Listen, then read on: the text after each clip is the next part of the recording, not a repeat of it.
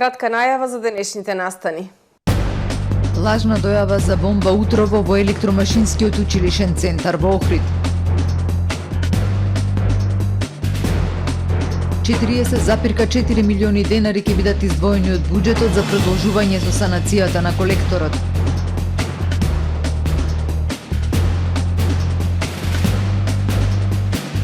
Приватните капацитети од мал обем исполнети со гости за новогодишните празници.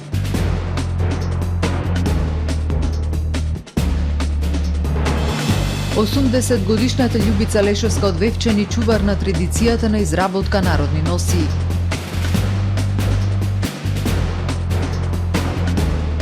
Охридскиот младински центар поблизо во јавноста со веб страна.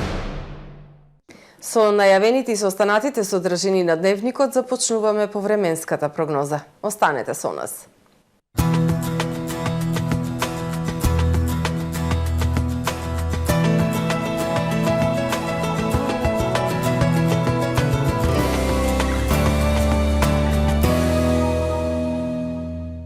Во Охрид денес по студеното и магловито утро, времето во текот на денот претежно сончево и релативно топло за овој период од годината. Максималната дневна температура достигна 12 степени Целзиусови, а во текот на ноќта кон среда ќе биде умерено облачно и повторно магловито. Утре над западна и северозападна Европа, времето умерено облачно и нестабилно со врнежи од дожд, Скандинавија и во североисточна Европа снег. Во останатите делови од стариот континент, поради полена висок воздушен притисок, претежно сончево со локална облачност. На Балканскиот полуостров во среда, времето претежно сончево со локална облачност и релативно топло. Локално во централните и источните делови на Балканот, с големина облачност, максималните дневни температури на полуостровот во интервал од 7 до 15 степени Целзиусови. Во Македонија во среда во утринските часови појава на магла. Таа наместа ќе се задржи предпладне. Во текот на денот ќе биде умерено облачно со сончеви периоди и релативно топло. Ќе има слаб ветар од променлив правец, минималните температури од -2 до 5, максималните од 8 до 14 степени Целзиусови. Во Охрид во среда времето умерено облачно со повремени сончеви периоди и релативно топло. Минималната 3, дневната 10. Во следните денови умерено облачно време со сончеви периоди и релативно топло. Минималната 3, односно 2 до 1 степен, а максималната од 8 до 10 степени Целзиусови.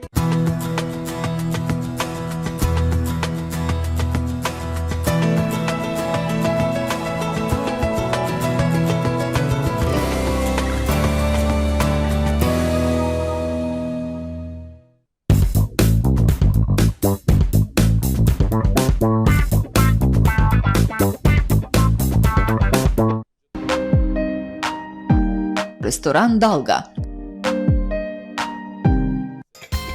Данкат, ваш партнер, село Мислешево, Струга. Овој декември сладки изненадувања со Тамаро и Нутрино Јуниор. Сладок декември за најсреќни празници.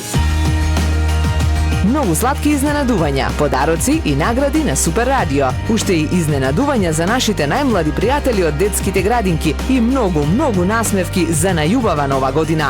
Сладок декември со Тамаро и Нутрино Јуниор.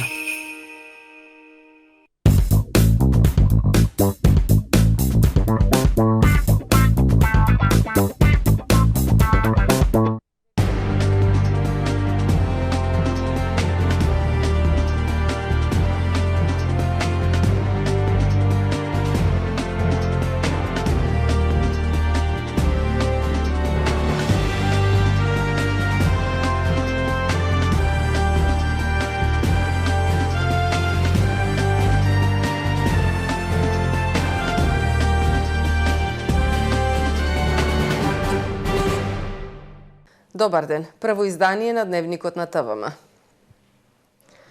Лажна дојава за бомба утрово ги вознемири учениците и професорите од електромашинскиот училишен центар Свети Наум Охридски во Охрид.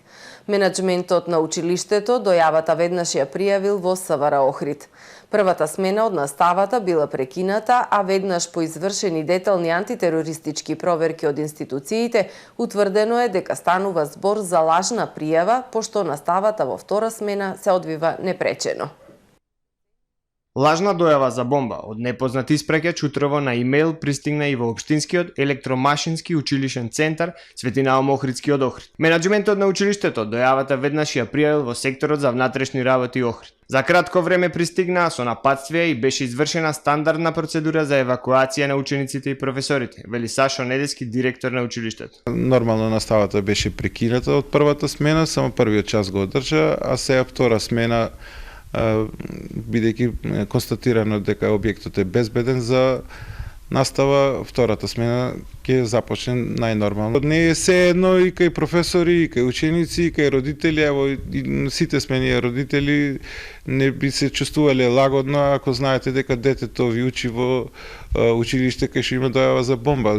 Од во голем број случаи, не во голем, скоро во сите случаи знаеме дека се тие лажни дојави, ама сепак онај момент на собнеш постои кај секој од нас. Од МВР со соопштение ја известија јавноста дека се направени сите потребни проверки во врска со денешната пријава на електронската адреса на училиштето во Охрид, кон кое беше упатена закана за поставена експлозивна направа. Веднаш по добиената пријава од полициски службеници се преземени мерки за безбедно евакуирање на објектот, а потоа се извршени детални антитерористички проверки и утврдено е дека станува збор за лажна пријава, информираше портпаролот на СВР Охрид Стефан Димовски. Ова е прва дојава за бомба во Охридско училиште, по серијата лажни дојави во повеќе училишта и институции низ земја. Вчера ваква дојава имаше и за 2 училишта во Струшко. Повеќе од 2 месеци скоро секојдневно се информира за заканувачки пораки за поставени експлозивни направи во училишта, трговски центри и објекти на администрацијата, што влева чувство на несигурност кај граѓаните. За новогодишните празници пополнети се приватните сместувачки капацитети на Охридското крајбрежје. За разлика од нив, познати хотелски брендови остануваат затворени. Исклучок се оние хотели кои инвестираа во фотоволтаични системи и станаа енергетско ефикасни, велат туризмолозите. Домашните гости и странските туроператори се помалку заинтересирани да резервираат легла во хотелите за предстојните празници, велат туризмолозите. Повеќето хотели се одлучија да ги затворат вратите за гости во овој дел од зимскиот период, пред се заради високите трошоци за електрична енергија, вели Климент Наумов од Факултетот за туризам и угостителство од Охрид. Тоа доведе до помала заинтересираност кај туристичките агенции за испраќање на туристите за новогодишните празници во охридските хотели. Настанатата ситуација која ја наметна енергетската криза сепак не значи дека Охрид ќе остане празен за празниците, додава Наумов. Вели дека за разлика од хотелите се бара место повеќе во сместувачките капацитети од помал обем. Сите приватни сместувачки капацитети се пополнети. Значи, доаѓаат туроператори, туристички агенции од регионот кои што наголемо вршат закуп на приватните сместувачки единици и мислам дека ќе се изврши, ќе дојде до еден вид на компензација. Гостите кои што оваа година за жал нема да престојуваат во хотелските капацитети, ќе престојуваат во приватното сместување. Се наоѓаме во дел од сезоната кога треба дополнително грејење, а тоа е невозможно за повеќето хотели. Долги години не се инвестираше во обновливи извори за затоплување, бидејќи никој не можеше да предвиди дека ќе се случи нешто вакво, нагласува Наумов. Сега тоа ќе може да се го дозволат само оние хотели кои се реструктурираа за кратко време и инвестираа во фотоволтаични системи. Додава дека државата треба да се вклучи и да интервенира со помош. Таа е тој орган кој што треба да се вклучи во одржување во живот на овој дел од стопанството и без нејзина интервенција не би можеле да зборуваме за понатамошно обстојување на овој сектор.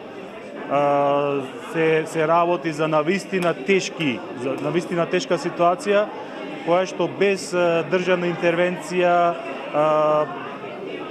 жртвите ќе бидат големи и тоа ќе резултира со затворање на голем број бизнеси.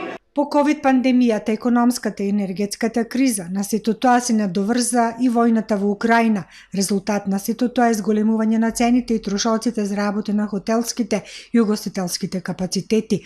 Овакви ситуации насекаде во светот и во регионот, државата треба да преземе мерки за ублажување на ситуацијата, подлекува Климент Наумов од Факултетот за туризам и угостителство од Охрид. Инаку за предстојните празници, најбројни ќе бидат во Охрид гостите од Србија, Црна Гора, Хрватска, Грција, Албанија и секако домашните гости. 40,4 милиони денари ќе бидат издвоени од буџетот за санација на колекторски систем за Охрид и Струга. Министерот за животна средина и просторно планирање Насер Нуредини на пресконференција информира дека буџетот за животна средина за 2023 година изнесува 978 милиони денари. Нагласи дека парите ќе бидат искористени за вложување во подобра иднина за граѓаните преку изградба на нови пречистителни станици, чиста вода за пиење, решавање на проблемот со отпадот и одржливо управување со природните вредности и биодиверзитетот. За управање и заштита на водите обезбедени се 203 милиони денари, а за проекти на Министерство со кој ќе им помогне на општините за поставување на систем за третман на отпадните води 252 милиони денари. Од буџетот за капитални инвестиции за програмата за води која ја носи владата на Република Северна Македонија се наметени 40 милиони денари, а за програмата за фосилна горива се наметени 21 милиони денари. Како Министерството од буџетот 23 година и понатаму одвојуваме средствата за санација на колекторскиот систем за Охрид и Струга, за да се спречи на тамошно излевање на фекални водите на Охридскиот езер, за што се планира 40 милиони денари и 7 милиони денари за набавка на резервни делови и одржување на хидросистемот во Дојран. Младински центар Охрид стави во функција веб-страна. Веб-страната mco.mk ќе има за цел да ја зголеми информираноста кај пошироката јавност, со особен акцент на младите. Зголемената информираност ќе резултира со вклучени млади, зголемено младинско учество, а дополнително директно ќе влијае врз подобрување на младинскиот стандард, велат од Младинскиот центар. Веб-страната mco.mk покрај тековните и идните активности на Младински центар ќе нуди и содржини од различни категории со фокус на младите, како повици за обуки, работилници, конференции и Еразмус проекти, јавни огласи. Секојдневно ажурирани огласи за работни позиции во Охридскиот регион, информации за младински организации, организации за млади и останати граѓански организации, културни настани, актуелни случувања на локално ниво од важност за младите и промоција на талентирани млади лица. Љубица Лешовска од Вевчани е чувар на вековната традиција. Цели 7 децении изработува етно ракотворби. Со своите вешти раце создала илјадници уникатни дел од македонското културно богатство. Ги оживува старите народни носии со автентични мотиви, со кои денес културно-уметничките друштва ја представуваат нашата земја ширум светот. Денес за низините ракотворби се заинтересирани само туристите. 82 годишната Љубица Лешовска од Вевчани чувар на вековната традиција. Повеќе од 7 децении изработува етно ракотворби. Ткае, плете, вези, шие. Со своите вешти раце и нишките на стариот разбој создала илјадници уникатни дел од македонското културно богатство. Ги оживува старите народни носии со автентични мотиви, со кои културно-уметничките друштва ја представуваат нашата земја ширум светот. За разлика од минатото, денес е мал интересот за купување ракотворби. Таа успева да продаде на туристите, кои се воодушевуваат и повеќе ги ценат рачните изработки. Јас ги произведувам уште од мала. Да ти не рече, че се чудиш од 7 години. За културно-уметничко друштво имам работано танец од Скопје, за китка од Скопје. Има странци купуваат. Баба Љубица нема наследници кои ќе ја продолжат традицијата. Има внуки, но немале интерес да го учат занаетот, кој бара многу трпение, љубов и креативност. Секој сакат пари, а не ќе работа. Труд треба да се вложи многу душо, ама ако имаш волја, трудот не е ништо.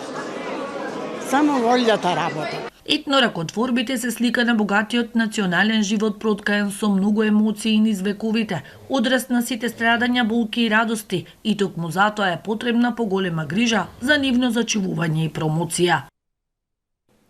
Основното училиште Григор Прличев организираше новогодишен базар. Вчерашниот училишен ден го одбележа овој посебен хепенинг со многу ракотворби, изработки и сето тоа збогатено со оригинална германска нота помешана со македонската традиција. Нашиот хуманитарен новогодишен базар започна вчера во Централното училиште точно на Пладне со искрено и срдечно другарување помеѓу учениците, родителите и наставниците, заедно со нивните омилени Дизни ликови и разгледување на оригиналните и уникатни ракотворби, велат од Советот на родители. Празничен базар се одржа и во подрачното училиште во населба Рача, каде што присутните покрај новогодишни декорации изработени од учениците имаа можност да вкусат традиционални германски јадења. Радоста на сите учесници во новогодишниот базар е дотолку поголема што средствата ќе бидат донирани во хуманитарни цели. На булеварот Македонски просветители се воведува нов режим на сообраќај, информираа денеска од локалната самоуправа. Од кружниот тек на булевар Туристичка до пресекот со улицата Димитар Влахов, сообраќајот ќе се одвива во две насоки. За останатите делови од булеварот Македонски просветители продолжува да важи постоечкиот режим на сообраќај. Новиот режим на сообраќај ќе важи до носење на конечното решение за режим на сообраќај, велат од локалната самоуправа. Во продолжение да ги погледнеме и вестите од светот. Поради апсењето на србите и присуството на специјалните сили на косовската полиција на северот на земјата, србите од овој дел на Косово и Метохија се на барикадите 18 ден поред. Од утрово е изградена нова барикада во бошњачки Махал, јавува Косово онлайн. Велат дека ќе бидат отстранети барикадите кога Приштина ќе ги ослободи Дејан Пантиќ, Милјан Аџиќ и Сладјан Трајковиќ и кога специјалните полициски сили ќе бидат повлечени од северот. Поради апсењето на србите и присуството на специјалните сили на косовската полиција, србите од овој дел на Косово и Метохија веќе се 18 ден поред на барикадите. КФОР соопшти дека започнале истрага за престрелката во Зубин поток, во која, како што рекоа, нема повредени или материјална штета. И косовската полиција го потврди пукањето, но соопшти дека немало размена на оган меѓу полицијата и било која друга група. Кризниот штаб на србите од северот на Косово соопшти дека србите не ги напаѓаат КФОР ниту Еулекс, туку дека на нив гледаат како на заштита од репресијата на режимот во Приштина и специјалците. Председателот на Украина Володомир Зеленски во неговото редовно видео обраќање изјави дека ситуацијата на фронтот во регионот Донбас е тешка и болна и отибара целосна сила и концентрација на државата. Според неговите зборови, ситуацијата во овој регион е тешка и болна. Украинскиот председател објасни дека недостигна електрична енергија постои и дека речиси 9 милиони луѓе и натаму остануваат без струја. Зеленски соопшти од сите работници кои ја поправаат мрежата по повторените руски напади повторно поврзале многу луѓе за време на Божиќ, но дека проблемите постојат. Украинскиот министер за енергетика Херман Галушченко пак изјави дека очекува голем напад со ракети и крстосувачки ракети на новогодишната ноќ. Во делови од Соединетите Американски држави се очекуваат нови 22 сантиметри снег, што е знак дека зимската снежна бура која предизвика хаос низ Северна Америка е далеко од завршена. Снежната бура предизвика најмалку 55 смртни случаи во САД, а уште дополнително 4 лица загинаа во Канада откако автобус се преврте на заледените патишта во Британска Колумбија. Но во САД 28 смртни случаи беа во државата Њујорк, повеќето во округот Ири, каде главниот град Бафало беше најтешко погоден. На социјалните мрежи беа објавени страшни сцени од последиците од снежното невреме во Бафало.